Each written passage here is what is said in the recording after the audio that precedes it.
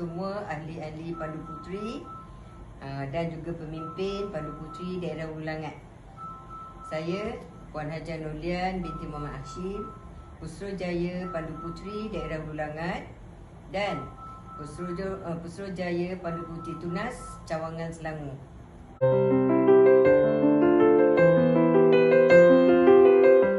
Saya mula menjadi ahli Pandu Puteri pada tahun 1966 apabila saya masuk tingkatan 1 di Sekolah Menengah Teluk Datuk Banting.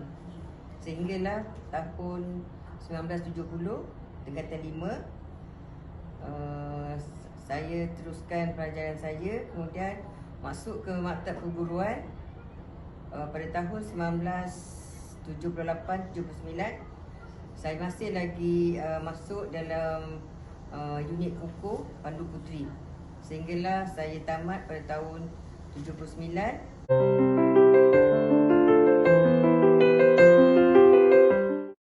Dan mengajar pada tahun 1980 di Sekolah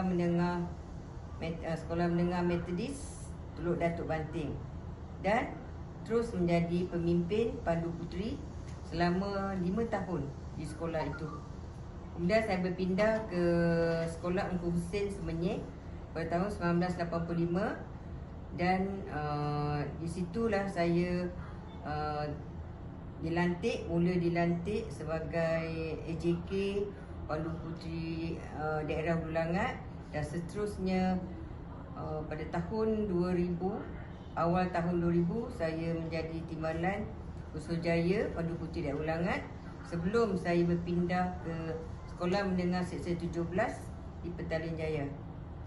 Apabila saya balik semula ke daerah Ulangat pada tahun 2001, saya dipindahkan ke Sekolah Kebangsaan Jalan 6 dan di situ saya memegang terus jawatan Pusurujaya Pandu Puteri daerah Ulangat sehinggalah saya bersara pada tahun 2009. Apabila saya bersara, saya masih meneruskan aktiviti Pandu Puteri sebagai Pusurujaya Pandu Puteri daerah Ulangat sehinggalah sekarang pada tahun 2021.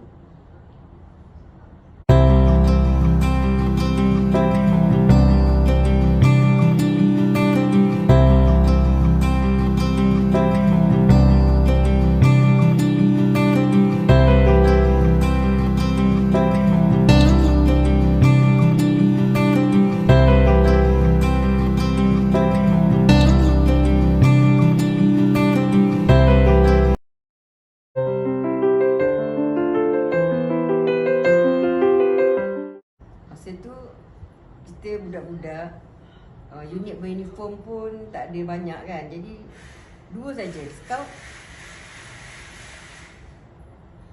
scout dengan Pandu Puteri. Jadi ke mana lagi budak-budak perempuan tu nak pergi melainkan dia akan masuk ke Pandu Puteri.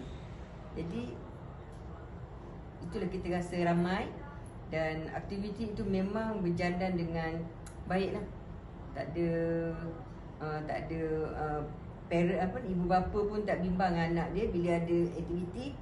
Ibu bapa tak risau, anak dia memang ada di sekolah, memang ada bersama cikgu.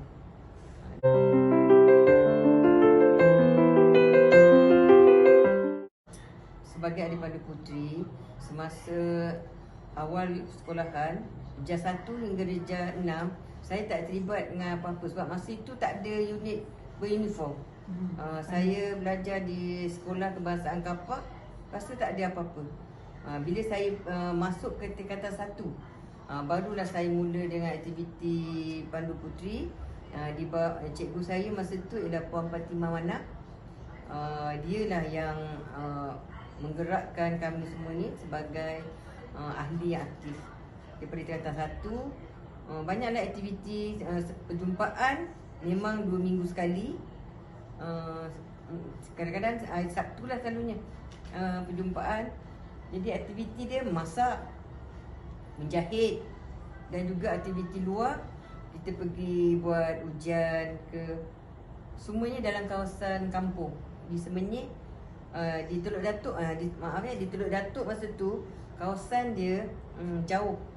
Jadi bila kita buat pergerakan, kita akan masuk ke kampung kawasan Tok Datuk tu. Masa tu tak ada takut lah, sebab kawalan masa tu tak ada polis nak jaga, tak ada. Semua kawalan cikgu kita, dia bawa kita berjalan ke mana-mana. Bila ada aktiviti jalan selama 7 km kan, kita masuk kawasan kampung, kita berhenti, kita bawa bekalan makan bersama dengan cikgu kita. Lepas tu kita pusing balik, masuk kawasan sekolah, kita rehat sekejap, aktiviti lain pula. Jadi tak jemu, kita terus saja gembira selalu menjalankan aktiviti tu. Bila masa terluang, kita akan jumpa cikgu kita tau, tanya apa nak buat minggu depan, apa nak buat. Jadi cikgu kita pun rasa macam dihargai dah.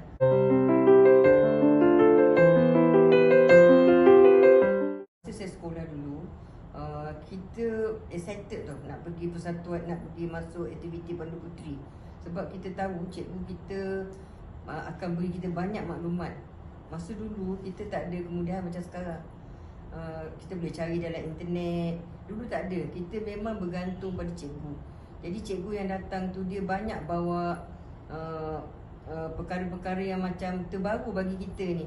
Sebab kita masa sekolah, cikgu-cikgu yang datang mengajar kita ni, cikgu-cikgu yang muda tau. Jadi dia aktif. Jadi bila dia buat aktiviti tu, kita ternanti-nanti apa dia nak buat. Jadi bila kita rasanya macam 2-3 jam tu berlalu, kita tak rasa apa-apa. Kita rasa gembira saja jalankan aktiviti tu sehinggalah aktiviti tu tamat. Jadi bila nak balik tu kan, kita akan tertanya-tanya apa yang akan cikgu ni bagi pada kita pada masa minggu depan pula nak buat aktiviti. Sebab kita tak dapat cari aktiviti tu, suasana pada masa itulah. Tak ada kemudahan-kemudahan macam sekarang, internet tak ada. Jadi kegembiraan tu memang kita dapat rasalah pada masa tu bersama dengan pemimpin kita. Sekarang lain. Sekarang ni kita datang, kita cuma beri bantuan dan panduan kepada murid. Dan murid boleh cari sendiri daripada rujukan, buku, kemudian tu daripada internet, daripada saluran-saluran lain yang boleh dapati daripada Google lah, Google dan sebagainya. Dulu benda-benda tu tak ada. Jadi kita terima daripada pemimpin sebulat-bulatnya dan kita gembira. Itu saja yang penting buat masa tu lah.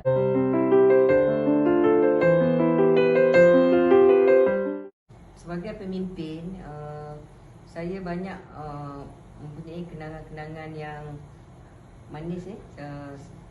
Yang pertama sekali, di mana pada awal tahun 2000, masa itu saya dah menjadi Pusurujaya. Kita dapat melahirkan Persatuan Pandu Puteri Daerah Ulangat, dapat melahirkan 3 orang Pandu Puteri Raja daripada Sekolah Menengah Konvent Kajang. Yang saya ingat lagi nama dia tu YG dan juga Nadia. Yang satu lagi tu dah tak apa ingat nama dia. Mereka menjadi Pandu Puteri Raja pada tahun 2003. Selepas daerah Hulu Langat 17 tahun tak ada melahirkan Pandu Puteri Raja. Jadi mereka yang pertama lah. Dan seterusnya pada tahun 2006 kita dapat lagi calon Pandu Puteri Raja 3 orang. 3 orang, semuanya daripada konvent juga. Jadi itu yang saya rasa macam sangat gembira lah. Jadi kepuasan saya sebagai pemimpin dan sebagai Pusurujaya, saya rasa benda tu memang matlamat saya semacam dah tercapai. Melahirkan Pandu Puteri Raja tu semua impian pemimpin. Jadi kalau mereka dapat melahirkan seorang ahli Pandu Puteri Raja dan juga ahli Pandu Puteri yang berkaliber lah, memang kepuasan kita sebagai seorang pemimpin. Jadi pada tahun 2018-19 kita dapat lagi seorang pandu putih raja daripada Sekolah Menengah Ceras Jaya. Itu yang terakhir lah, dan kita harap akan menyusul yang akan datang lah, ya.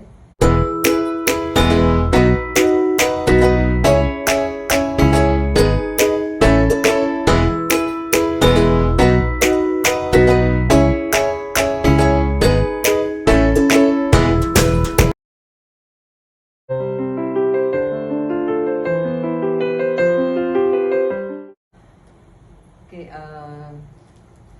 sebagai nasihat yang berguna lah untuk semua ahli pandu putri daerah Ulangat, khususnya kepada pandu putri tunas, kepada pandu putri remaja, kepada pandu putri ranger dan juga grover. Saya harap kita janganlah mengaku kalah dalam menjalankan aktiviti pandu putri di sekolah kita, ya. Sebenarnya kita ada pemimpin yang layak untuk membimbing mereka, anak-anak semua menjalankan aktiviti dengan lebih ceria dan juga aktif lah, supaya kita dapat melahirkan anak-anak pandu putri di daerah Ulangan khasnya yang berjaya hingga sampai ke tahap yang lebih tinggi. Kalau tunas putri hingga ke anugerah Ketua Putrajaya, yang remaja dan ranger kepada anugerah Pandu Putih Raja. Jadi jangan mengaku kalah di tengah jalan.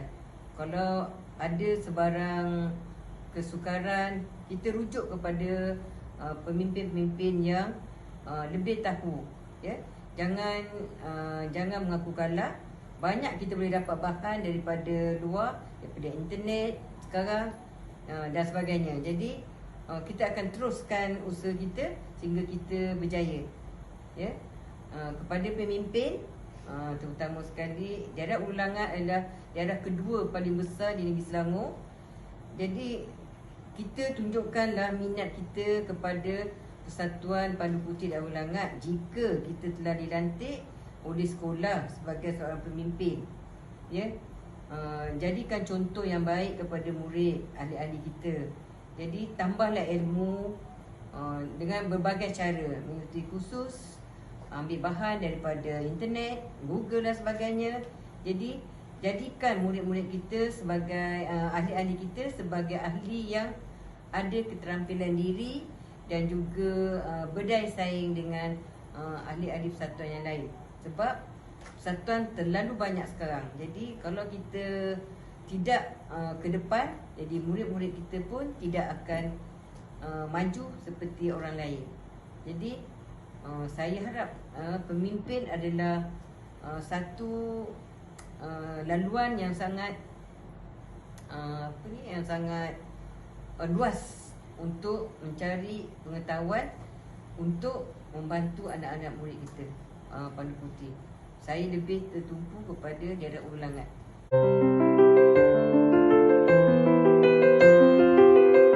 Harapan saya pada semua pemimpin, mereka akan lebih aktif, lebih bekerja keras dan bersama dengan murid untuk menjayakan harapan kita melahirkan lebih ramai lagi Pandu Putih Raja daripada sekolah-sekolah yang berdekatan dengan yang ada dalam daerah Ulangan. Itu harapan yang sangat yang saya harapkan.